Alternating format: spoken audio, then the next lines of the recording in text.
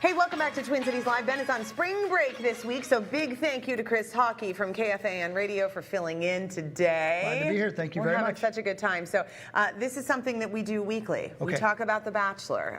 Just like you guys talk about certain things on your show, this is our wheelhouse. It was time for the women of ABC's The Bachelor to tell all last night. They got together to rehash all of the most shocking moments of the season.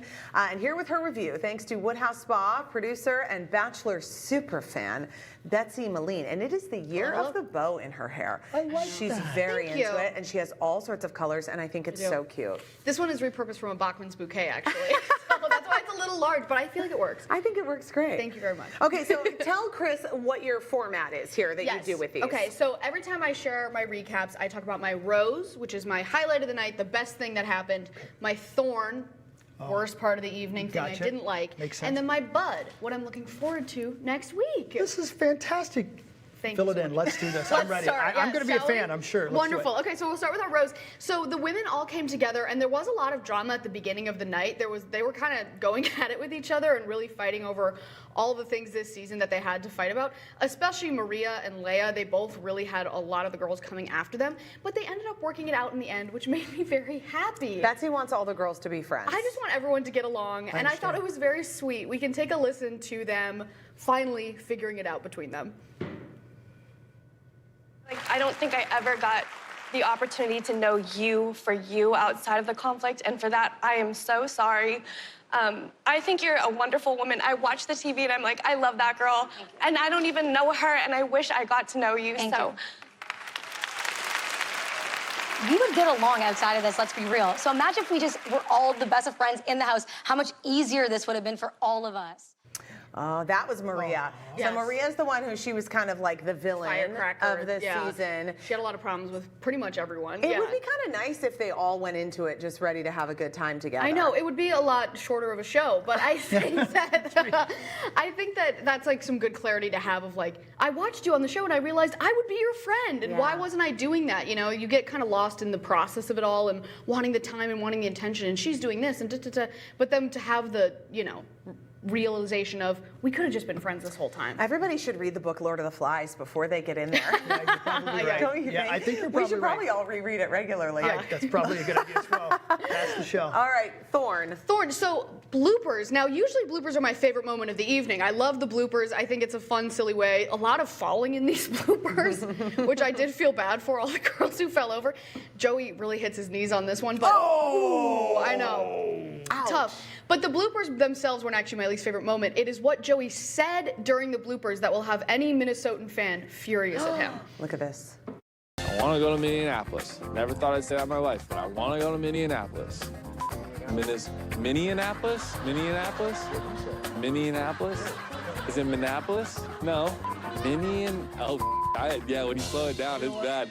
Minneapolis. It's Minneapolis. I'm gonna be a walking meme this season. That's it. Like, not even close. Minneapolis? Minneapolis. What is happening with him? I think he'd been drinking. Probably. Yeah, our friends over at Minnesota Awesome posted a TikTok today that they're going to make a shirt that says Minneapolis, which is super cute. Man. I know. And you weren't upset about the mispronunciation. It was him saying, I never thought I'd be excited to go there. Yeah, I never thought I'd say this. I'm excited. There's a lot of fun stuff to do here, sir. And also, you went to Becker, which is not Minneapolis, but Totally different from very Minneapolis. different places. But I hope now he knows how to say it. Yes. Minneapolis. And he flew into the airport, which isn't even technically in Minneapolis. It's not in Minneapolis either. It's neither of those places. I'm with you. It's in neither of those places. No. Oh my gosh, that is kind of funny to watch, though. We should use that in a He's promo. such a cutie. He really is. He is really He cute. can't help but be charming. He can't.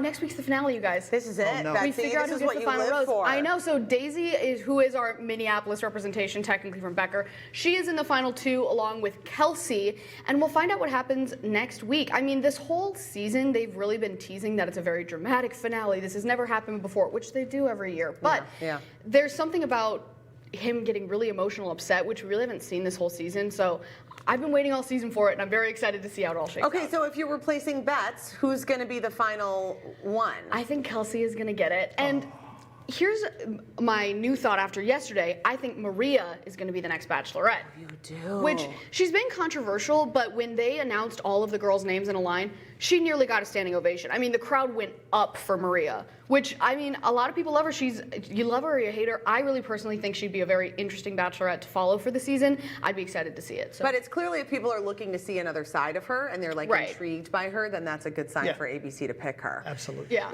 Okay. I do want Daisy's though as our Minnesota girl. I know. I mean, me personally, I would be pulling for Daisy, but I could see it with Maria. How are we going to get her on the show? We got to call her. We'll figure it out. We did find out her Christmas tree farm. I got many emails with people who sent it to me. She grew up on a Christmas tree farm in listen, Becker. I've played in Becker at the Pebble Beach Country Club a bunch of times. I have people in Becker. Oh, Let's do this. We're going to get her in here. Let's do it. Yeah, and then maybe magic between her and I. It could get very awkward. Wow. That would be uncomfortable on so many levels. On so many levels. Thanks, Betsy. Thank you. Big thank you to Woodhouse Spa for sponsoring our Bachelor recaps. Woodhouse Spa wants you to know that you deserve to feel good. You can indulge in a relaxing spa experience. It'll melt away your worries. Chris is like, can I book in the break? It'll leave you feeling transformed and rejuvenated. We got the numbers right there on their screens. You can call them or visit woodhousespas.com to book a massage, a facial, or a body treatment at their Woodbury or Maple Grove locations. They're also coming soon to Rosedale Center.